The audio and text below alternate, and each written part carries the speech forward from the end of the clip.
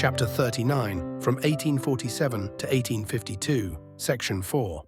I hope, said Lord John Russell, that when the House does come seriously to consider any bill having the question of transportation directly in view, it will consider the benefit of the colonies as well as of the mother country. I own I think it has been too much the custom both to pass acts, imposing the penalty of transportation with a view rather to the convenience of this country than to the reformation of persons known to be of vicious habits or to the interest of the colonies to which they were sent. We are bound to consider those interests likewise. We are bound when we are planting provinces, perhaps what may in future time be empires, to endeavour that they should not be merely seats of malefactors and of convicts, but communities fitted to set an example of virtue and happiness, and not to make plantations, as Lord Bacon says, of the scum of the land in June 1847. Such were the sentiments of the Prime Minister on penal colonization. The Secretary of the Home Department and the Secretary for the Colonies had been equally explicit. Could they really believe their own doctrine when their practice was exactly opposite to its plainest dictates? The revolution in the policy of the Crown everywhere excited astonishment and indignation. The minister, who denounced penal colonization as a national crime, who had pleaded the cause of the colony and pledged the redress of its grievances, who, in short, had professed himself a disciple of Archbishop Whately, continued to pour convicts by thousands where for every free man there were two in bond. Destitute of legislative and physical power, the colonists could do nothing but deprecate. Every principal town and public body renewed their entreaties. To give them in full would be but to repeat statements of similar import. However variously expressed, they could scarcely deepen the unavoidable convictions of the world. In their numerous petitions, the colonists referred to the public joy which had greeted an offer of abolition, accepted not less as a signal interference of Providence than as a proof of the equity of the British government. They slightly censured Sir William Denison, who had called for 4,000 convicts annually, against the petitions of 5,320 colonists, 624 parents and guardians, representing 3,355 souls, against the memorials of the clergy of every sect, the oldest magistrates and most opulent settlers, and public meetings everywhere decisive, and they entreated deliverance from an experiment more hopeless than its predecessors. They reminded the government of Great Britain that the colony was now entitled to abolition, not only as a measure politic in itself, but as guaranteed by the deliberate and solemn promise of the minister, promulgated by the representative of the Crown. A massive volume would be insufficient to contain the petitions, letters, and dispatches produced in this controversy. Colonists well qualified to maintain the popular cause devoted to this question the best years of life. Sir William Denison, although opposed to one form of transportation, maintained its substance with a pertinacity which never wavered. He stood almost alone. He adopted the opinion that the supply of labour to the colonies of this hemisphere was within the special province of his government. The tendency of high wages to demoralize the workman and retard the prosperity of employers are prominent topics in all his discourses and writings. Thus the masses of the people inferred that his schemes were hostile to their welfare, and that the depression of the working classes was a primary object of his policy. The opulent settlers had abandoned these considerations under the influence of higher aims. They were resolved to trust to the experience of other colonies, where, with a demand for labour, a rapid enlargement of capital and diminished crime seemed to prove that the moral and material interests of the wealthy and industrial classes were not incompatible. The social recovery of the colony could only be effected by the influx of families, and a comfortable subsistence was indispensable to attract them.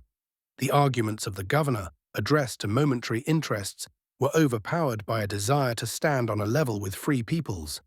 The disputants on both sides were in possession of facts favourable to their respective opinions. Whatever evils were proved against transportation, the labour it afforded had been long employed. Habit had reconciled the minds of many to its inferiority, and the means of supplying its place were confessedly contingent and remote. A new society, having no disabilities to remove, no moral stain to obliterate, and formed of elements in natural proportion, could not hesitate a moment. Economical experience would dictate the rejection of slaves. But to clear away the refuse of a long-existing social state and to build a new was a formidable undertaking, however certain of reward. Many landholders and masters foresaw the trials attending the transition, but were willing to encounter them to attain an object beyond all prices. "We wish it," said one of their manifestos, "to go forth to England and to England's Queen, that we are not expecting solicitation or waiting for bribes.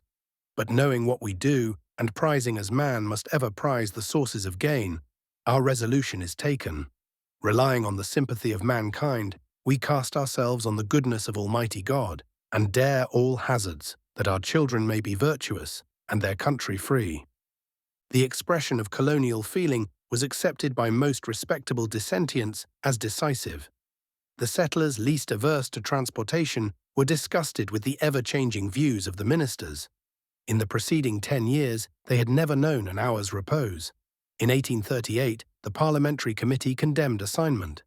In 40, Lord John Russell stopped transportation. In 41, Captain Macconochie's mark system was in the ascendant. In 42, Lord Stanley's probation scheme sprang up.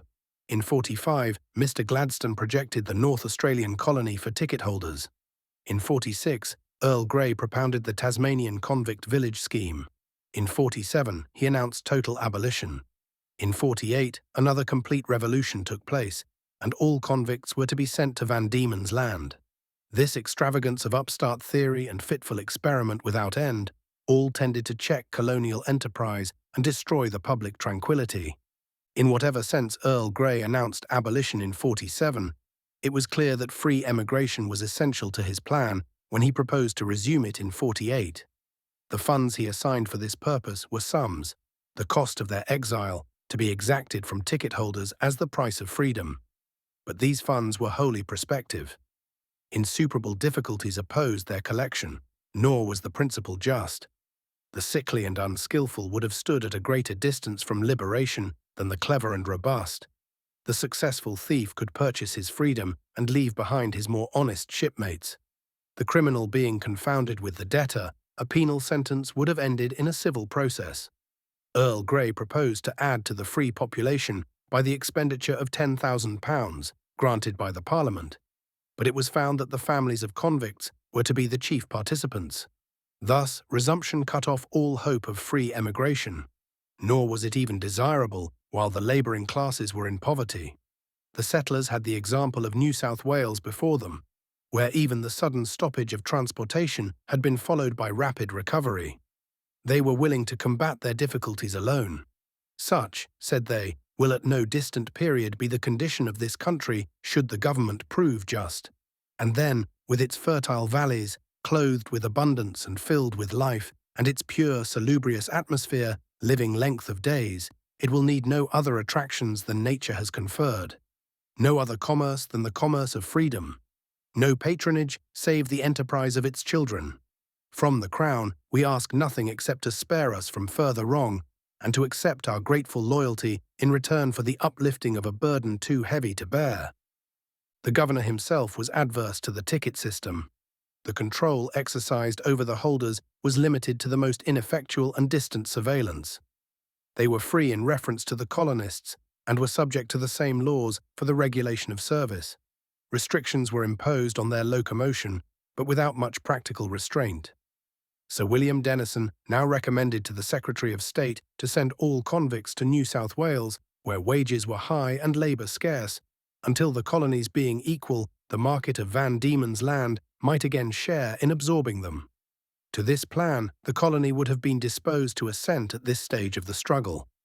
By most persons, it was thought reasonable, on national grounds, that the theory of dispersion should be tried, wherever it might inflict no peculiar caste or moral stain. Mr. Sharland, a strenuous abolitionist, prepared a series of resolutions against the new form of convictism. The governor promised to support them in the nominee council, and they passed unanimously in October 1848. The first totally objected to the ticket system, as in the highest degree injurious to the convicts and the colony, and without advantage to Great Britain. The second recommended the dispersion of convicts throughout the colonies, accompanied by well-selected emigrants. The commentary of the governor explained these resolutions as a compromise between persons of adverse views. A large number of non-official magistrates, 117 out of 140, signed the condemnatory clause only. They declined to countenance the revival of transportation, or, by discussing theories of secondary punishment, to weaken the moral claim held in the pledge of Earl Grey. The increasing numbers of ticket holders confirmed these objections. They were landed and forwarded in considerable bodies to seek employment in the interior. Their decent apparel and quiet demeanour made them less objects of aversion than pity. Unacquainted with colonial labour, they were often unable to procure employment. Amongst men of this class, many, of course, were disorderly and reckless, and when they were not readily relieved, they were insolent and threatening. They could indeed throw up their tickets and claim food of the government, but only by a process which exposed them to censure and punishment. Unfortunate men, said the London Agency Association, unacquainted with useful labour, wander from farm to farm, asking for a night's shelter or a morsel of bread. The relief of these men by the settlers is prompted alike by their humanity and their fears. These statements were disputed by the governor, but they were sustained by numerous certificates, and, in a form more qualified, by several police magistrates. In a lonely locality, females could hardly refuse relief to applicants in parties who pleaded the utmost want and, when travelling over districts equal to an English county, depended on the charity of the settlers. These appeals were laid before Parliament. They rested their claims on the word and honour of the minister, and on the unaltered circumstances which he quoted to justify his original design of abolition. The pledge was confirmed by the long acquiescence of Earl Grey and the other ministers of the Crown. Lord Mahon, a member of the late ministry, complained that Earl Grey had fettered not only himself but his successors. He confirmed the colonial interpretation of the pledge, most imprudently given by Earl Grey, that transportation should not be resumed to Van Diemen's Land, and he expressed an opinion that it was most impolitic and perilous thus to make pledges to the colonists that were not fulfilled. During the same session, Mr. Gladstone repeatedly referred to the purport of this abolition dispatch and urged the minister to extend as widely as possible the area of penal dispersion. He thought the policy of England less wise than in former times, when the numbers distributed in America were so small that they were lost in the mass of the population in March of '49. Lord John Russell, he observed, had given a pledge that transportation to New South Wales should be stopped. The same promise was made to Van Diemen's Land. Had these pledges been kept? Such vacillation was discreditable to the name of this great country in June of '49. Earl Grey was still pressed by the reiterated appeals of Van Diemen's Land and by imputations of having broken faith with its inhabitants. The complaints of eminent commoners were renewed in the Lords. He was reminded that his opinions in 1846 were at variance with continued transportation. Earl Grey demanded proof when Lord Lyttelton held up his dispatch and referred to an opinion but a few days before avowed by Lord John Russell that the time was at hand when a substitute would be necessary for transportation. Lords Wadhouse and Ilchester followed and predicted a fearful recoil, a severe and well-merited retribution. Lord Stanley reflected on the Secretary of State for abandoning the remedial plans of his predecessor. Expectations, he said, had been held out to Van Diemen's Land that transportation would cease, but that now it appeared that it was not to cease. What security had the noble lord that the colony would not resist the reception of convicts? Lord Monteagle asked if it was possible to send them to Van Diemen's Land. To this, Earl Grey replied that the colony was thriving, that the opposition to transportation had declined. Millions had been expended in preparing the country for convicts, and the free inhabitants could not expect that when they chose to call for cessation, the imperial policy was to be altered on their demand on April 12, 1850. I must notice, said Earl Grey, the remarks of the noble lord at the table Lord Lyttelton and the noble lord opposite, Lord Stanley, as to the effect of the earlier measures of the present administration in producing the difficulty which is now complained of. It is asserted that the language used both in dispatches and in discussions in Parliament by members of Her Majesty's government was calculated to create an impression on the minds of the colonists that transportation was to be entirely discontinued, and thus to raise expectation, which it is painful now to disappoint. My lords, if that impression and these expectations were created, It was rather by what other parties represented to be the views and intentions of the government than by anything which was said by members of the administration. I defy any person to read through the dispatches upon this subject as a whole, for perhaps detached passages taken without the contents might be quoted, which would convey a different meaning, and not to perceive that the view entertained from first to last was that convicts, after having undergone the most severe part of their punishment, were to be removed to the Australian colonies, and a very large portion of them to Van Diemen's Land. Undoubtedly, it was the original intention of Her Majesty's government that convicts should be removed as exiles, that is, under regulations by which on their arrival they would have been entirely free, except as to the power of returning to this country. When his lordship was again taunted with the violation of his promise, he replied that Van Diemen's Land had no right to complain.